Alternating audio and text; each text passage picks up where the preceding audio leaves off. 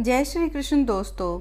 आशा करती हूँ कि आपने इससे पहले के सभी अध्याय ध्यानपूर्वक श्रवण किए होंगे। आप हमारे चैनल को सब्सक्राइब अवश्य करें और बेल का आइकन प्रेस करें। इससे आपको आने वाली वीडियो का नोटिफिकेशन मिलता रहेगा और आप क्रमबद्ध तरीके से कथा का रसपान करते रहेंगे। पुरुषोत्तम मास महात्म्य कथा अध्याय 9। सूत जी बोले, तदंतर विस्मय से युक्त नारद मुनि ने मेधावी ऋषि की कन्या का अद्भुत वृतांत पूछा। नारद जी बोले, हे मुने, उस तपोवन में मेधावी की कन्या ने बाद में क्या किया और किस मुनि श्रेष्ठ ने उसके साथ विवाह किया। श्री नारायण बोले, अपने पिता को स्मरण करते करते और बार बार शोक करते हुए उस घर में कुछ काल उस कन्या का व्यतीत हुआ।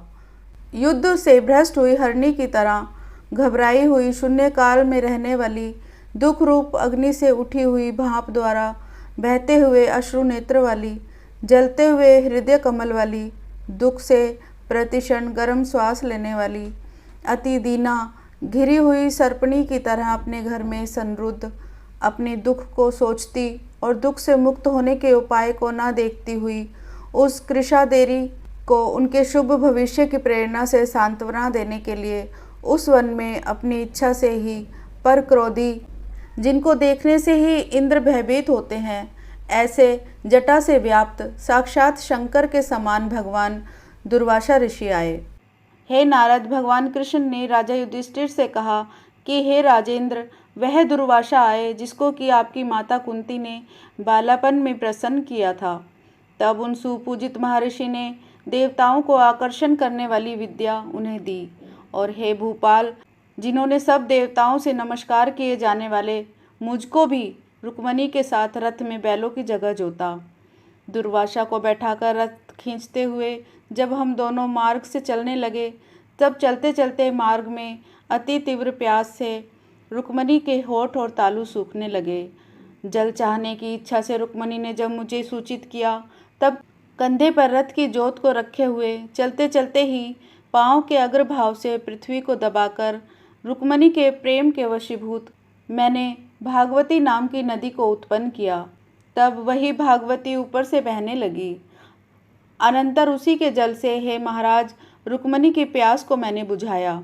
इस प्रकार रुक्मणी की प्यास को बुझना देख उसी क्षण अग्नि की तरह दुर्वासा क्रोध से जलने लगे और प्रलय की अग्नि के समान उठकर दुर्वासा ने श्राप दे दिया।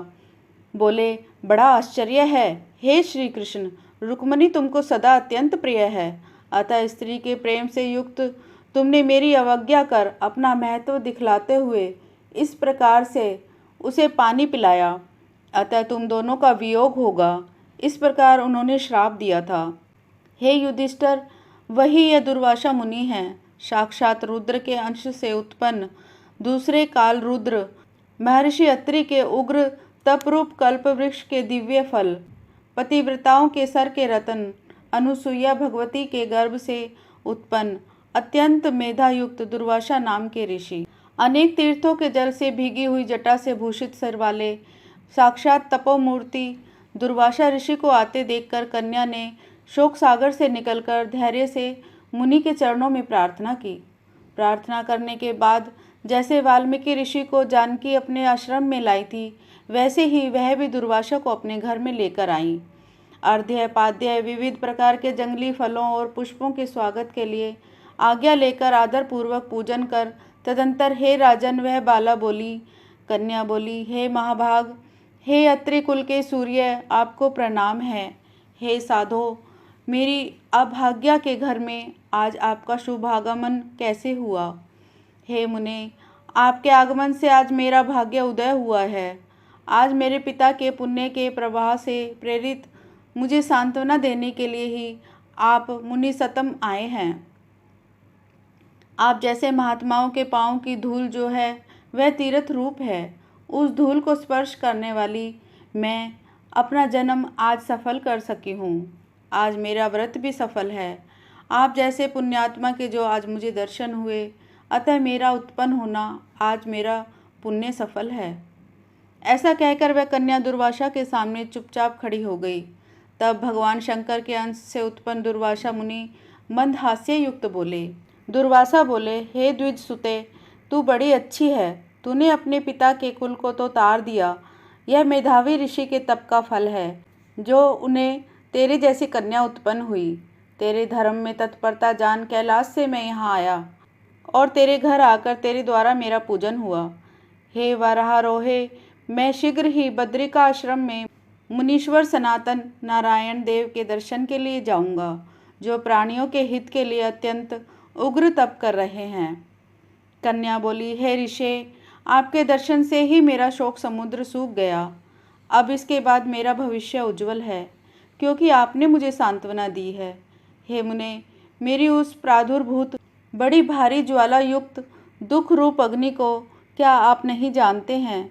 हे दया सिंधु, हे शंकर, उस दुखाग्नि को शांत कीजिए।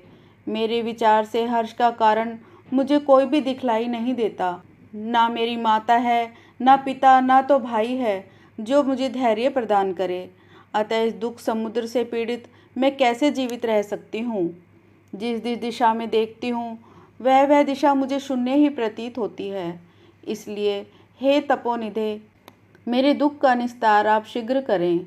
मेरे साथ विवाह करने के लिए कोई भी तैयार नहीं होता। इस समय मेरा विवाह न हुआ तो मैं फिर से वृषली शूद्रा हो जाऊंगी। यह मुझे बड़ा भय है। इसी भय से मुझे निद्रा नहीं आती और ना ही मुझे भोजन में रुचि होती है। हे ब्राह्मण, अब मैं शीघ्र ही मरने वाली हूँ। यह मेरा इस समय निश्चय है। ऐसा कहकर आंसू बहाती हुई कन्या दुर्वासा के सामने चुप होकर बैठ गई और दुर्वासा ऋषि कन्या का दुख दूर करने का उपाय सोचने लगे। श्री नारायण बोले, इस प्रकार मुनि कन्या के वचन सुनकर और इसका अभिप्राय समझकर बड़े क्रोधी मुनिराज दुर्वासा ने उस कन्या का विचारपूर्ण कृपा से उसे देखकर सारभूत उपाय बतलाया। इस प्रकार पुरुषोत्तम मास महात्म्य का 9वां अध्याय संपूर्ण हुआ। ओम श्री कृष्णाय नमः।